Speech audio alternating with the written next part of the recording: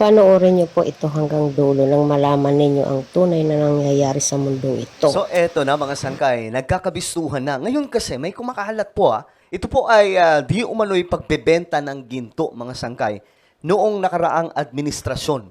Since nauungkat po yung pagbebenta sa administrasyong ito ng ginto, mga sangkay, nagkakalabasan na po ng baho. Kung sino nga ba ang may pinakamaraming nabentang ginto. At eto nga mga sangkay, kumakalat po ngayon ang chismis. Eto, may naglabas ng impormasyon na di umano, nagbenta noon sila tatay ng ginto na sobrang dami. Ngayon, titingnan po natin ang balitang ito kung gaano po ito katotoo, mga sangkay, no? Nakita ko ito, ang tanong ko dito, gaano kaya ito katotoo? Meron pong link na inilagay. Ngayon, sabi dito, the hypocrisy of former President Rodrigo Duterte, slamming President Bongbong Marcos for selling gold which is not a reliable fact. In data, Bangko Sentral ng Pilipinas is the one who sells the gold. Exactly. Netizens tracking back the administration where the former president was also selling the gold during his administration. Ngayon, nagkakabistuhan na tuloy mga sangkay. Ayon dito, marami daw gintong binenta noon, nung panahon daw po ni former President Duterte. Hindi ko alam kung alin ba dito yung tutukuyin. Kasi alam nyo, natural lang po na may nagbebenta talaga ng ginto. At ang nagsasagawa nito ay ang Bangko Sentral ng Pilipinas. Pero ngayon, mukhang bumabalik po sa nakaraang administrasyon, mga sangkay, kung ano po yung kanilang ginawa. Nabibisto tuloy. Siyempre ngayon, mabilis ang data Mabilis makuha yung information. So ngayon, mga sangkay, nagkakaalaman. Eto na ang tingnan po natin. May nagkomento na isa pong kilalang vlogger. Walang iba dyan, mga sangkay, kundi si Coach Jarrett, ang isa sa mga rockstar vlogger ng Pilipinas pagdating po sa politika. Ngayon dito niya binisto, mga sangkay, ang patungkol po dito sa mga ginto daw po na binenta nung panahon ng dating Pangulo. Sabi ni Digong, gusto ko lang pagtutukan tong sinabi ni Digong. Sabi kasi ni Digong, nagagalit daw siya. Sobrang nagagalit siya. Dahil ninakaw daw ng Marcos administration ang ating gold reserves. Ayan na. Yun yung sinabi niya. Okay.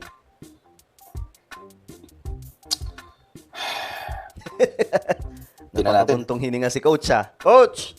Bakit nung panahon niya, hindi siya gumawa ng ganyan ingay? Ayan na. Eto na yun, mga sangkay. Papakita ko sa inyo. Wait lang. Ayan na. Ayan. Ito, mga kotsero, ang website ng Trading Economics. Oo, yung Trading Economics. Yan. Yan, Trading Economics. Pinapakita dito yung Philippine Gold Reserves. Ayan. Philippine Gold Reserves. Tira nyo yung patigasan ng mukha talaga ni Digong. 2015, kailan naging presidente si Digong? 2016. 2015, 2016. Ayan, quarter 1 ng 2016, hindi pa yan. Kasi may nag-eleksyon. Second quarter, si ano pa yan? Si Noy pa yan, second quarter. Third quarter, 196.34 tons. Grabe, ang dami. Gold reserves ng Pilipinas. Ulitin natin Quarter 3 ng 2016, pagkaupo ni Digongong Duterte, 196.34 tons ang gold ng Pilipinas. Ngayon, 2018, 2019, merong slight na pagtaas ng ginto sa Pilipinas. Bakit? Kasi si BSP nagbukas ng programa noong 2019, nagbukas siya ng programa na ang gobyerno ng Pilipinas ay bibili ng ginto sa small scale miners. In fact, ginawang batas yan ni Digong Duterte. Google nyo, ginawang batas yan ni Digong na pwedeng magbenta ang small scale miners sa ating gobyerno ng kanilang ginto. Kaya 2018, 2019, tumaas talaga ang ating gold reserves. Ngayon, 2020 na. Ayan na. 2020 na Parang ito ating 2020. data na yan Wait lang Check po natin. Ito yun. Ito nga yun, mga sangkay. Ito yun. Dito tiningnan ni Coach Jarrett. Ayan, ito yun. So, ito dito pala makikita, 27. Ito yung sinasabi po niya. 2016. 2016. 2017. Dito. Bumagsak. Dumausdos. Grabe. Okay, mas mabuti pakinggan po natin si Coach Jarrett. Tandaan nyo 197.93. Ayan po. Quarter 2020 na po ito. So, tingnan po natin dito ang data. Ito po yan siya. Quarter 2, 2020. Kita nyo yung pagbagsak? Ganyan po. During the time of former President Duterte. Sa ginto yan, ha? Tons ang ginto ng Pilipinas, ang reserve gold ng Pilipinas. 197.93. Mhm. Okay. 2020. Panahon ni Digong to, ah. Panahon to ni Rodrigo Duterte. Tingnan niyo nangyari. Bakit pababa yung graph? Aha. Bakit pababa? Naging 191.13 tons. Naging 164 Mhm. tons. 0.05 Bumaba tons. ng bumaba. Naging 156.15 tons. Naging 158.81 tons. So, ibig Naging sabihin, may mga nawawala at that time. So, yan na po siguro ang binenta. Tama ba? Well, alamin mo natin. 151.28 tons. The lowest ng quarter 1. Quarter 1, ibig sabihin, mga Ojero, ito yung campaign period. So, let's do the math. Ayan na. Let's do the math. Rodrigo Duterte, ang tigas ng mukha mo talaga. Napakatigas ng pagmumukha mo. Pag-akusa sa ibang tao na ikaw mismo ang gumagawa. Alam nyo, dapat itong si Coach Jarrett, isa po to sa mga PCO ni PBBM, eh, diba? Yung mga nagsasalita talaga, yung kasama ni Attorney Castro, no? Sana ma-appoint kasi para talagang hindi lang si Attorney Castro yung bumabanat, ito rin po, si Coach Jarrett. Nag-start sa 197.93. 93 tons. Tapos minus 151.28 tons. Mhm. 46.65 tons ang binenta ni Rodrigo Duterte. 46. Ganyan kadami. Ano yun? 46 na toneladang ginto? Ilan bang ginto ang inaakasan nila kay PBBM?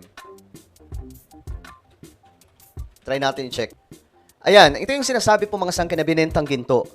Nasa, 24.95 tons of gold. Ayon po dito mga sangkay. So, naging issue po ito last year. Ngayon, kung 24 tons of gold ang binenta o sa panahon po, nabenta sa panahon ni PBBM. So, dito mga sangkay, mas malaki yung binenta ni PRRD. O sa panahon ni Tatay Digong. Ayan po, umabot po ng, ilan yun? 46 tons. Ulitin natin. 93 tons. Tapos minus 151.28 tons. 46. 0.65. 46 tons of gold. 46.65 tons ang binenta ni Rodrigo Duterte. So, mas marami sa kanya, guys. Di ba? So, mas marami palang binenta si Tatay Digong ng mga ginto. O nung panahon ni former President Duterte na ginto. Ayon dito sa mga nakikita sa data. 46.65. So, 47 tons. Saan mo dinala yung ginto?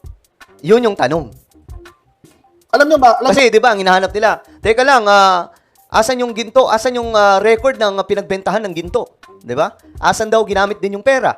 So, dito din, yung tanong ng mga pro-Marcos, asan din yung pinagbentahan ng ginto? Asan din yung pera? Kasi wala rin pong record, di ba? Yung mga Ochero, kung bakit ito ay lehitimong tanong kung saan niya dinala yung pagbenta ng ginto noong 2020 hanggang first quarter ng 2022. Kasi umutang po siya ng 7 trillion US dollars. 7 trillion pesos pala, sorry. Ang laki. Umutang siya ng 7 trillion pesos. Grabe. Nagbenta pa siya ng 47 tons na ginto. Saan napunta lahat yun?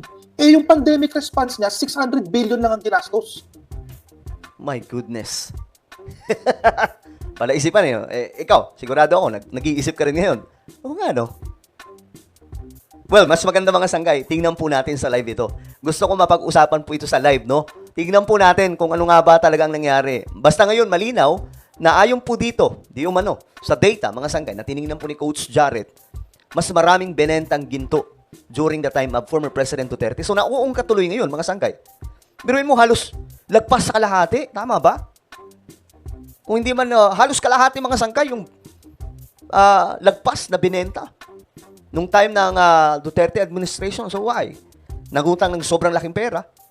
Alam nyo, ngayon nga mga sangkay, sobrang liit lamang po ng utang ni PBBM. Sobrang liit. Nasa mahigit 3 trillion pesos lamang po. 'Di ba? Panahon po ni Tatay Digong nasa 7 or something like that. Tapos pinagsama pa po ng utang ni Noynoy Aquino, umabot po ng 12 trillion mahigit. Tapos pinasa po yun kay PBBM. Ang kinagandahan lang ngayon, ito ang magugulat kayo, nagbabayad po tayo. Nagbabayad po tayo ng utang ng Pilipinas. Yun ang malupit. Well, ano po ang inyong opinion, mga sangkay tungkol po dito? Just comment down below.